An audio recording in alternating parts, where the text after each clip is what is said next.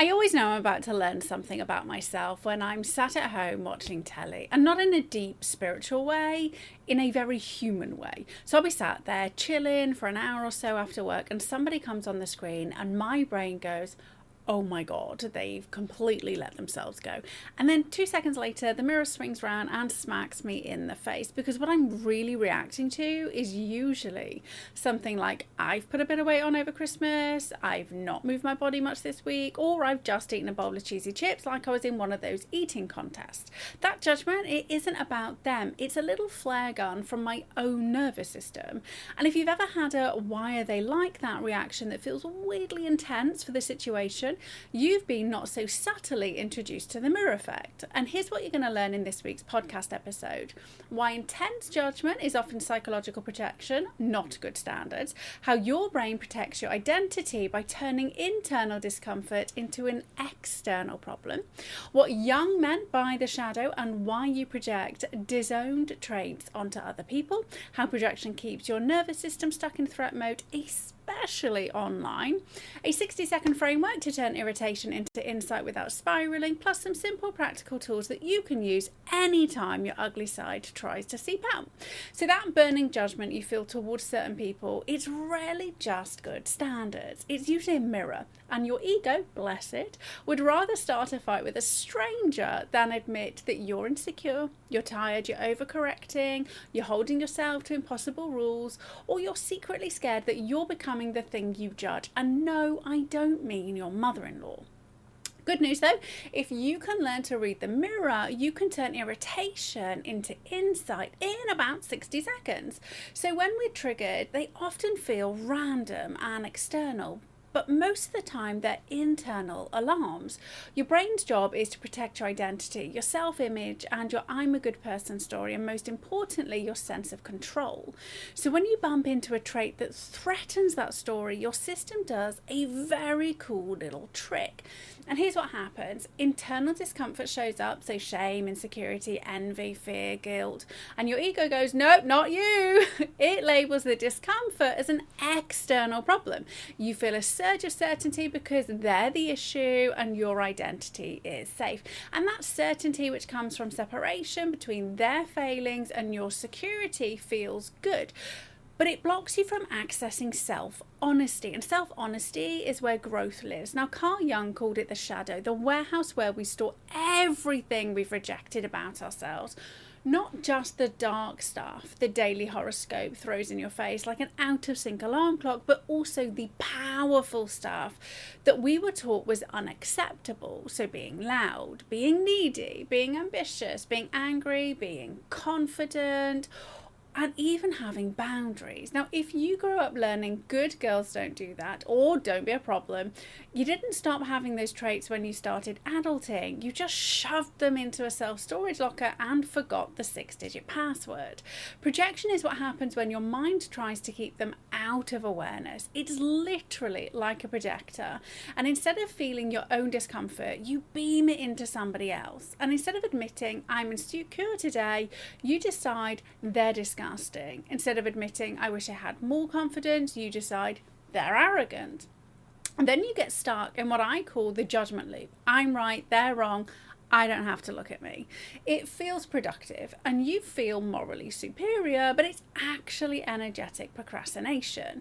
So projection is like standing in front of a mirror and going, damn, this mirror is ugly, instead of noticing that you haven't brushed your hair in weeks.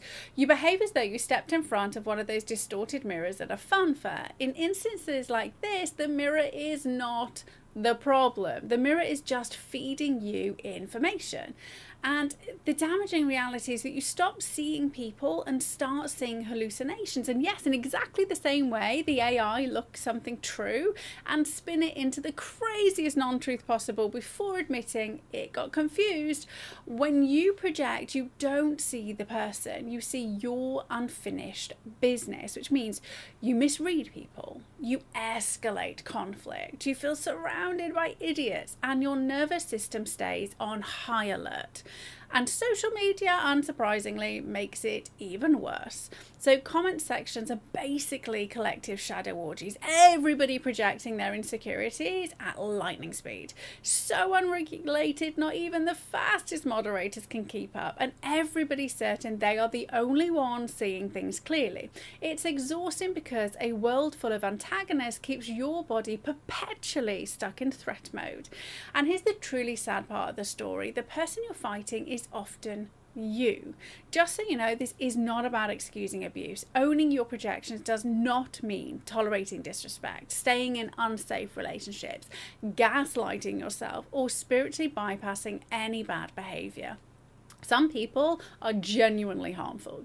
Some people and some behavior is genuinely unacceptable. The mirror effect is a tool for your inner work, not a reason to ignore red flags. Now, getting honest with yourself enables you to spot when you're distancing from what you need to heal and when another person definitely needs you to leave them in the dust.